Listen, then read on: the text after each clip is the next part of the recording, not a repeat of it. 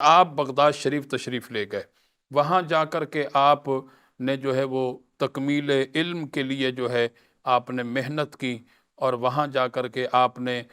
علم صرف پڑھا، علم نحو پڑھا، علم منطق، علم فلسفہ اور علم حدیث، علم تفسیر، علم فقہ، آپ نے جو ہے وہ تمام جو ہے وہ علوم وہاں آپ نے حاصل کیے۔ اور جب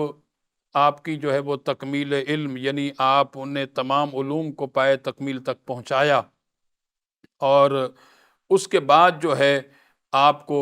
دستار کی فضیلت سے نوازا گیا، اور اس کے بعد جب تمام علوم پڑھ کر آپ فارغ ہو گئے،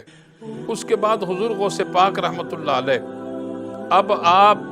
کہ وہ واقعات بھی اٹھا کر کے دیکھیں محترم ناظرین کرام کہ اللہ کریم نے آپ کو کتنا بڑا مقام اور مرتبہ عطا کیا۔ جیسے کہ علامہ محمود آلوسی رحمۃ اللہ علیہ روح المعانی کے اندر ارشاد فرماتے ہیں، اور اسی طرح امام جلال الدین سیوطی رحمۃ اللہ علیہ الحاوی للفتاویٰ کے اندر ارشاد فرماتے ہیں کہ حضور غوث پاک رحمۃ اللہ علیہ جب تمام علوم سے فارغ ہو گئے، اور اس کے بعد بغداد شریف کی سرزمین ہے اور آپ خطبہ دینا چاہتے ہیں، خطاب کرنا چاہتے ہیں، پر خطاب نہیں کر پا رہے، اور یہ سوچ ہے کہ میں جو ہے وہ اجمی ہوں، فارسی بول چال سے میرا تعلق رہتا ہے،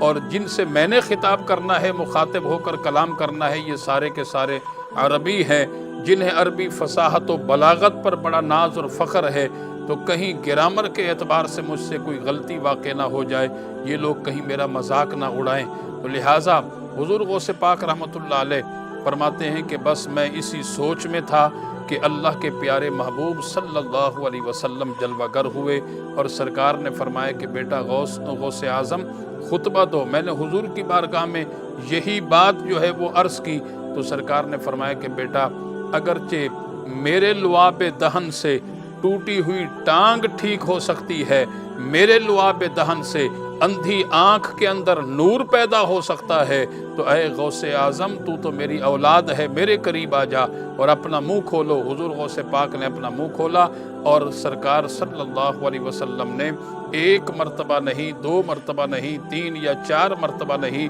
بلکہ سرکار نے 7 مرتبہ حضور غوث پاک رحمۃ اللہ علیہ کے منہ کے اندر اپنا لعاب دہن مبارک ڈالا، اور اس کے بعد حضور غوث پاک رحمۃ اللہ علیہ فرماتے ہیں کہ میں نے جب توجہ کی، سرکار وہاں سے تشریف لے گئے، تو میں نے دیکھا تو حضرت حسنین کریمین کے والد گرامی مولا علی شیر خدا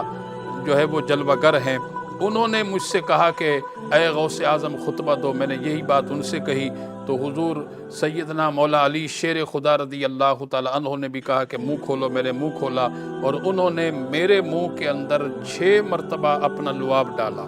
اور اس کے بعد میں نے کہا کہ سرکار نے تو 7 مرتبہ لعاب ڈالا، آپ نے 6 مرتبہ۔ اللہ اکبر۔ محترم ناظرین کرام ذرا اس بات کو سنیں، حضرت مولا علی شیر خدا رضی اللہ تعالیٰ عنہ فاتح خیبر، حسنین کریمین کے والد گرامی، اہل بیت کے نیر اعظم، اہل بیت کے چمکتے اور دھمکتے ہوئے ستارے سیدنا علی المرتضی شیر خدا رضی اللہ تعالیٰ عنہ نے جواب دیا کہ اے غوث پاک، نبی نبی ہے، علی علی ہے، علی نبی جیسا نہیں ہو سکتا۔ تو محترم حضرات، جب علی نبی جیسا نہیں ہو سکتا تو پھر بتائیے کہ ہم اور آپ کس بات کی مولی ہیں۔ وہ بدبخت لوگ اس بات کو یقیناً سوچیں جو اس طرح کی باتیں کرتے ہیں کہ نعوذ باللہ من ذالک، وہ نبی ہماری طرح بشر ہیں، وہ تو ہماری طرح چلتے اور پھرتے ہیں، کھاتے اور پیتے ہیں، نعوذ باللہ من ذالک۔ تو لہٰذا جب صحابہ حضور جیسے نہیں ہو سکے، بلکہ سرکار نے تو خود ارشاد فرمایا تھا صحابہ کرام کو، ایکم مثلی، تمہارے اندر کون میری مثل ہے؟